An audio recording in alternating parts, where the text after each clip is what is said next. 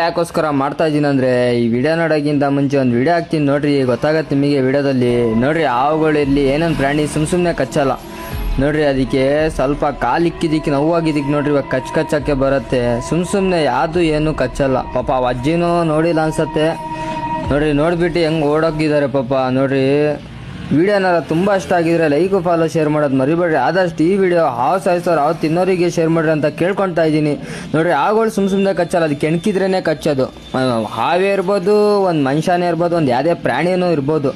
ಆದಷ್ಟು ಈ video share ಮಾಡ್ತೀರಾ ಅಂದ್ಕೊಳ್ತಾ ಇದ್ದೀನಿ. ಕೈ ಜೋಡಿಸಿ ಕೇಳ್ಕೊಳ್ತಾ ಇದ್ದೀನಿ, ಶೇರ್ ಮಾಡಿರಿ ಎಲ್ಲರಿಗೂ ವಿಡಿಯೋಗಳು ಹಾವು ಸಾಯಿಸೋರಿಗೆ. ಪೂರ್ತಿ ವಿಡಿಯೋ ನೋಡ್ರಿ, ವಿಡಿಯೋ ಗೊತ್ತಾಗತ್ತೆ.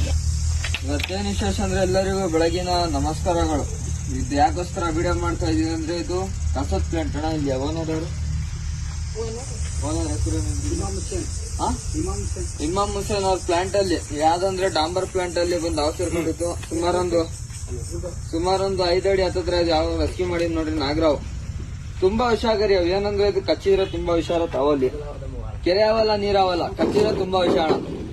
ದಯವಿಟ್ಟು ನೋಡಿದ್ದೆ ಹಾವುಗಳು ಸಾಯಿಸೋದು, ಹಾವುಗಳಿಗೆ ಇದ್ ಮಾಡ್ಸೋದು ಎಲ್ಲ ಮಾಡೋದು ಆಗಿರುತ್ತೆ. ಈ ವಿಡಿಯೋನ ತುಂಬಾ ಇಷ್ಟ ಆಗಿರೋ ಲೈಕ್ ಫಾಲೋ ಶೇರ್ ಮಾಡೋದು ಮರಿಬೇಡ್ರಿ. ನೆಕ್ಸ್ಟ್ ವಿಡಿಯೋದಲ್ಲಿ ಸಿಗೋಣ.